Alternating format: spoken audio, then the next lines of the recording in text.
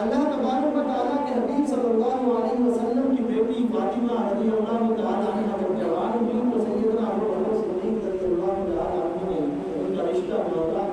امام الانبیاء نے کوئی جواب نہیں دیا. پھر حضرت عمر تشریف لے گئے تو آپ صلی اللہ علیہ وسلم نے فرمایا کہ فاطمہ کے رشتے کے بارے میں نے یہ معاملہ اللہ کے سپرد کر دیا ہے. اللہ تعالیٰ جس سے چاہیں گے فاطمہ کا نکاح کروا دیں گے. یعنی انکار نہیں فرمایا لیکن معاملہ اللہ کے سپرد فرما دیا. اب یہ دونوں حضرات جب باہر نکلے تو آپس میں گفتگو ہونے لگی کہ حضرت فاطمہ بھی جوان ہے اور حضرت علی بھی جوان ہے. ایسا کرتے ہیں حضرت علی کے پاس جاتے ہیں اور جا کر ان سے کہتے ہیں کہ وہ جا کر آپ صلی اللہ علیہ وسلم سے حضرت علی کا رشتہ مانگے. اب حضرت علی تو ایک جگہ پر کام کے لیے گئے تھے. مسجد کے اندر تشریف لے کے دیکھا وہاں پر نہیں ہے. وہاں سے نکلے اور سیدھے پتہ چلا کہ فلاں جگہ پر کام کر رہے ہیں. تو وہاں پر پہنچتے ہیں تو سیدنا ابو بکر صدیق اور حضرت عمر رضی اللہ تعالیٰ عنہ نے عرض کیا کہ علی ہم چاہتے ہیں کہ ہم آپ صلی اللہ علیہ وسلم کے پاس حضرت فاطمہ کا ہاتھ مانگنے دیتے لیکن آپ نے کوئی جواب ارشاد نہیں فرمایا اور ہمارے دل کی یہ چاہت ہے کہ آپ جا کر آپ صلی اللہ علیہ وسلم سے حضرت فاطمہ کا رشتہ مانگیں تو اللہ کے حبیب آپ کو منع نہیں فرمائیں گے. تو سیدنا علی مرتضیٰ رضی اللہ تعالی عنہ شیر خدا امام الانبیاء کے پاس تشریف لے جاتے اور جا کر حضرت فاطمہ کا ہاتھ مانگتے ہیں تو امام الانبیاء نے مانگ کہہ دی اور کہا کہ علی آپ نکاح کا بندوبست کرو. اب جب حضرت علی مرتضیٰ رضی اللہ تعالی عنہ کو آپ صلی اللہ علیہ وسلم نے ارشاد فرما دیا کہ نکاح کا بندوبست کرو کہ حضرت علی نے اپنے گھر کے اندر نظر دوڑائی تو کوئی چیز نظر نہیں آئی. ایک زنا دکھی. کہا اسی کو بازار میں لے جاتا ہوں جا کر فروخت کرتا ہوں اور اس سے جو پیسے ملیں گے اس سے میں اپنے نکاح کا اہتمام کروں گا. اب حضرت علی وہ زنا لے کر بازار کی طرف نکلتے ہیں مدینہ کی طرف. مدینہ کے بازار کی طرف نکلتے ہیں اور راستے میں سیدنا عثمان بن عفان رضی اللہ تعالی عنہ سے ملاقات ہوتی ہے. کہا علی کدھر جا رہے ہو؟ کہا عثمان آپ صلی اللہ علیہ وسلم سے میں نے حضرت فاطمہ کا ہاتھ مانگا تو آپ نے رشتہ دے دیا اور نکاح کے لیے بھی کہا کہ آپ جا کے نکاح کی تیاری کرو. اب میرے پاس تو کچھ ہے نہیں. یہ ایک زنا ہے. یہ بازار میں بیچنے کے لیے جا رہا ہوں. اس سے جو پیسے مجھے ملیں گے اس سے میں اپنا نکاح کروں. اب سیدنا عثمان بن عفان رضی اللہ تعالیٰ عنہ نے حضرت علی سے فرمایا کہ یہ زیرہ مجھے بھیجو میں اس کو خریدنے کے لیے تیار ہوں. اب چند دراہم کے عوض حضرت علی رضی اللہ تعالیٰ عنہ نے وہ زیرہ حضرت عثمان بن عفان کو بیچی. حضرت عثمان بن عفان رضی اللہ تعالیٰ عنہ نے وہ زیرہ خریدی اور خرید کر جب حضرت علی واپس ہونے لگے تو فرمایا علی بھائی آپ اس طرح کریں کہ یہ زیرہ بھی اپنے پاس لے جائیں واپس. حضرت علی نے متعجب نگاہوں سے دیکھا اور فرمایا کہ علی میں نے تو عثمان میں نے یہ تو زیرہ آپ کو بیچی ہے میں واپس کیوں لے جاؤں؟ تو فرمایا کہ رشتہ ابو بکر اور عمر کے کہنے پر تم نے کیا ہے. تو عثمان کے دل کی چاہت ہے کہ شادی محمد کی بیٹی کی علی سے ہو اور خرچہ سارا عثمان کا ہو. یہ ان کی آپس میں پیار اور محبت تھا کہ اتنے پیار اور محبت سے یہ لوگ رہتے تھے. لیکن آج کے دور کے اندر آپ کے سامنے بعض حضرات صحابہ کرام اور اہل بیت آپس میں ایک توڑ بیان کرتے ہیں کہ یہ اہل بیت کے بڑے دشمن تھے اور ان کی اہل بیت کے ساتھ لگتی نہیں تھی. ایسی کوئی بات نہیں. یہ تو اہل بیت کی جوتیاں بھی سیدھے کرتے ہوئے فخر محسوس کیا کرتے تھے. اتنا پیار اور محبت کیا کرتے تھے اہل بیت کے لوگوں کے ساتھ. اور پھر ان کے کہنے پر نکاح ہو گیا, شادی ہو گئی. اب کچھ عرصہ کے بعد سیدنا علی مرتضیٰ کے گھر کے اندر حضرت حسن کی ولادت ہوتی ہے اور آپ صلی اللہ علیہ وسلم کو خبر ملتی ہے کہ میری بیٹی فاطمہ کے گھر میں ایک بچہ پیدا ہوا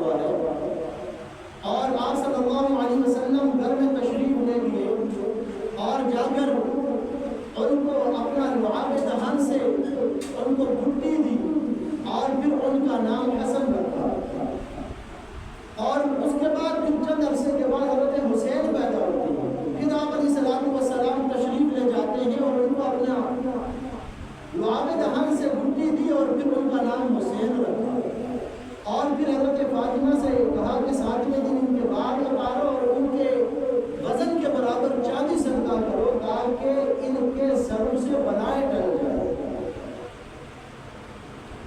اور پھر آپ علیہ الصلوۃ والسلام ان سے اتنی محبت فرمایا کرتے تھے، اتنا پیار فرمایا کرتے تھے کہ ایک مرتبہ آپ علیہ الصلوۃ والسلام مدینے کی گلی میں جا رہے تھے کہ گھر کے اندر سے، حضرت فاطمہ کے گھر کے اندر سے کسی بچے کے رونے کی آواز آئی تو جا کر سننے لگے تو پتہ چلا کہ حضرت حسین رو رہے ہیں، اور سیدھے حضرت فاطمہ کے گھر کے اندر تشریف لے گئے اور کہا کہ فاطمہ حسین کو نہ رلایا کرو، جب یہ روتا ہے تو محمد کا دل دکھتا ہے، محمد کا دل دکھتا ہے۔ اور پھر فرمایا امام الانبیاء نے کہ حسین مجھ سے ہے اور میں حسین سے ہوں، اور پھر امام الانبیاء نے فرمایا کہ حسن و حسین یہ دونوں جنت کے پھول ہیں، یہ دونوں جنت کے پھول ہیں۔ اور پھر اللہ تبارک و تعالیٰ کے حبیب صلی اللہ علیہ وسلم نے ایک مرتبہ ان دونوں کے لیے دعا فرمائی، فرمایا کہ اللہ میں حسن و حسین سے محبت کرتا ہوں، اللہ تو بھی ان سے محبت فرما، اور جو ان سے محبت کرے اللہ تو ان سے بھی محبت کرے۔ حضرت اسامہ بن زید رضی اللہ تعالیٰ عنہ فرماتے ہیں ایک مرتبہ میں نکلا، مدینہ کی گلی سے جا رہا تھا، امام الانبیاء کو دیکھا کہ ایک بڑا کمبل اپنے اوپر اوڑے ہوئے ہیں اور کمبل کے اندر کوئی چیز حرکت کر رہی ہے۔ میں نے امام الانبیاء سے پوچھا اللہ کے حبیب یہ کمبل کے اندر کیا ہے؟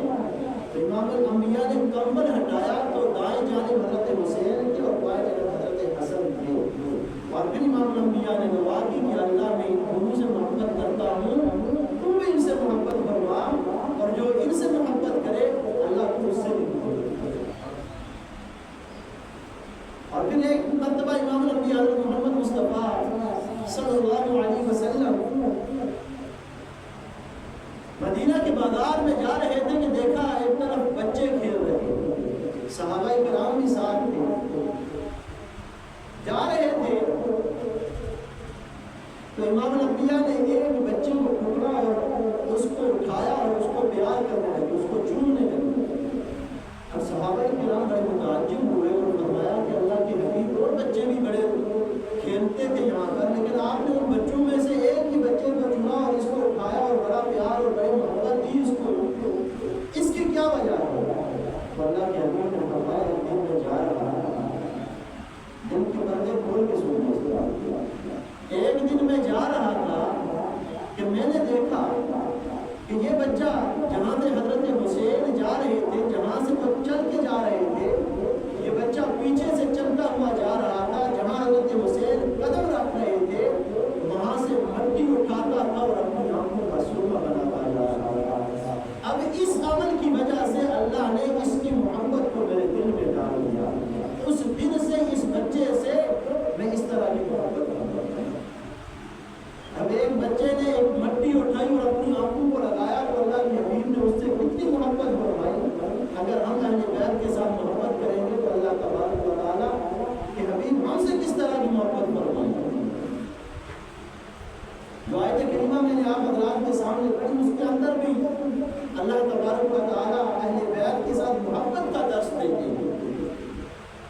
فرمایا اعوذ باللہ من الشیطان الرجیم بسم اللہ الرحمن الرحیم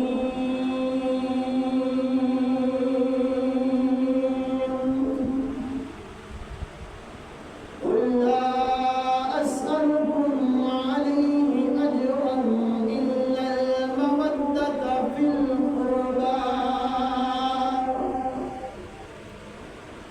اللہ تبارک و تعالیٰ نے اپنی عظمت والی شان والی بڑائی والی کتاب کے اندر ارشاد فرمایا کہ اے میرے حبیب فرما دیجئے لا اسألکم علیہ اجرا، میں تم سے کوئی مطالبہ نہیں کرتا، صرف ایک مطالبہ کرتا ہوں، یا اللہ وہ کون سا مطالبہ ہے؟ فرمایا لا اسألکم علیہ اجرا الا المودۃ فی القربى۔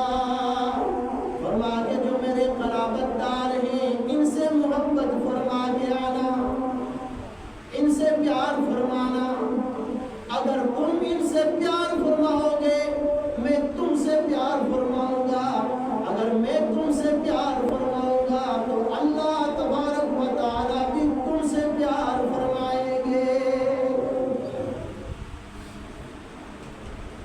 جب مدائن فتح ہوا، بہت سارا خزانہ مدینہ منورہ کے اندر آیا۔ حضرت عمر رضی اللہ تعالی عنہ کے دور خلافت میں اور سیدنا عمر بن خطاب رضی اللہ تعالی عنہ مسجد نبوی کے اندر ہیں، مسجد نبوی کے اندر ہیں، حکم جاری فرمایا کہ یہ سارا کا سارا خزانہ مسجد نبوی کے صحن کے اندر ڈھیر کر دیا جائے۔ ڈھیر لگایا گیا۔ سیدنا عمر بن خطاب رضی اللہ تعالی عنہ مسجد نبوی سے باہر نکلتے ہیں، اس ڈھیر کے پاس پہنچتے ہیں کہ اس ڈھیر کو تقسیم کروں۔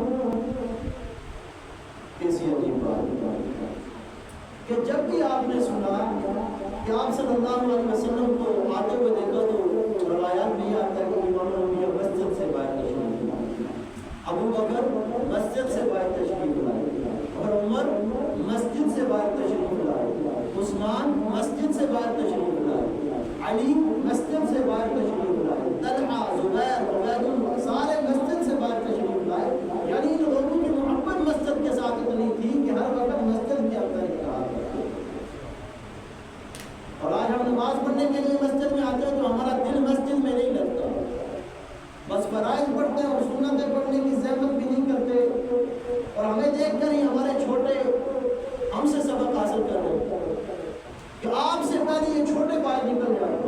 یہ آپ کا کام ہے کہ اگر آپ سے کوئی چھوٹا باہر نکلتا آپ اس کو پکڑ کے اندر کھڑا کریں کہ بھائی سنتیں پڑھ کے نوافل ادا کر کے، اس لیے کہ اللہ کے حبیب کو ایک سنت اپنے اللہ تعالیٰ کو اپنے حبیب کی ایک سنت زمین و آسمان سے ہر فرض سے زیادہ محبوب۔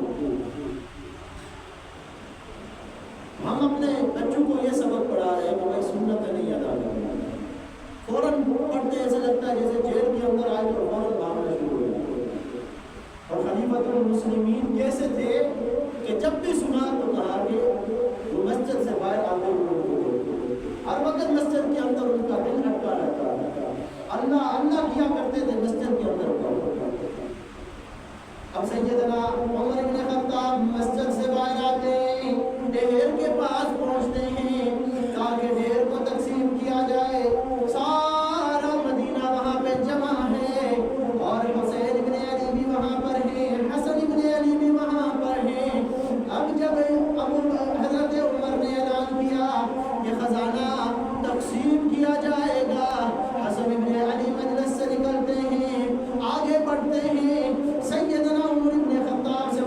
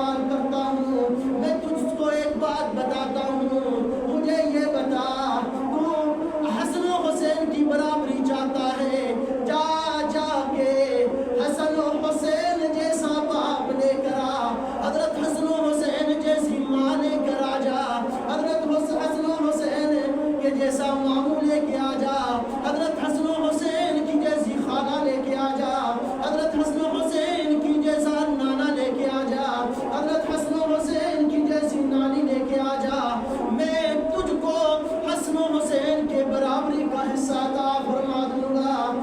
اب حضرت عبداللہ ابن عمر رضی اللہ تعالیٰ عنہ کوئی جواب نہیں دے رہے، اور سیدنا عمر ابن خطاب نے فرمایا سن، تیرا باپ عمر ہے، حضرت حسن و حسین کا باپ علی ہے، تیری ماں فلاں ہے، حضرت حسن و حسین کی ماں فاطمہ ہے، سیدہ طیبہ طاہرہ فاطمہ الزہرا ہے، تیرا ماموں فلاں ہے، سیدنا حسن و حسین کے ماموں سیدنا ابراہیم ہے، تیرا ماموں فلاں ہے، ان کا ماموں ابراہیم ہے، تیری خالہ فلاں ہے، اور سیدنا حسن و حسین کی خالہ زینب رقیہ ام کلثوم ہے، تیرا نانا فلاں ہے، تیری نانی فلاں ہے، اور حضرت حسن و حسین کی نانی خدیجہ الکبریٰ ہے، تیرا نانا فلاں ہے، سیدنا حسن و حسین کا نانا امام الانبیاء جناب حضرت محمد عربی